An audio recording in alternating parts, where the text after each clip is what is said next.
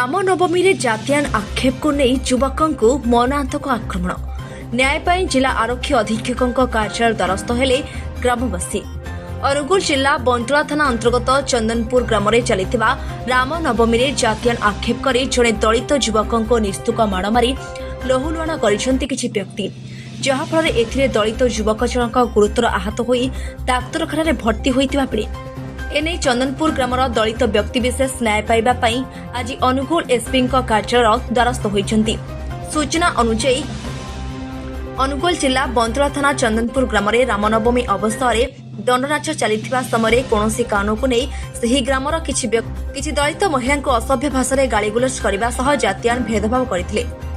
तेबे यहाको विरोध करिबारु ढीप साहिर किछि युवक लुहा रड्रे आक्रमण करिबारु चंदनपुर ग्रामर संतोष नायक नामक जने युवकंकर मुंड फाटी जाइथिबा बेले एथिरे संतोष चेताशून्य होई जाइथिले। एहा परे जातियान आक्षेप और माड़ मारिबा अभियोग रे चंदनपुर ग्रामवासी एने अनुगुल एसपी कार्यालय द्वारस्थ होइथिले मध्य सेठारु तांकु एसडीपीओ को पाखकु पठाई देइथिले। अनुगुल पप्पू गोछांत का रिपोर्ट। आज्ञा काली आम गाँव में रामनवमी यात्रा होता चंदनपुर रे आमे आम लोक मैंने को गोटे भनेटर करते आम जो माँ मैंने लेडीज मैंने थे से मैंने अवश्य भाषार भी कहते आमको पाण फाण कहीना भी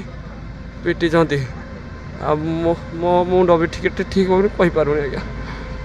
3 बर जो आम कास्ट बारिकिना गाँ बेला मो बाकू माइले आम गाँ चंदनपुर आम चाटिया आम हरिजन कौन पाई तुम हेरा कहीकिना आउज पाखक बोली मो बा कहला मत कौन पाई कर 3 बर कले मत पुणी आज तुम कहूज गोटे यात्रा कल आज पाण बोली कौन कहूज सब तो चलवा कथा कौन पाई पाण सड़ा कहूज बोली बा गौतम नायक चंदनपुर आज्ञा काली सार 24 तारिख रामनवमी थी एणुक आम भी भलेंटियर थिलु 20 जन भलेंटियर थिलु सारे एणुक से आम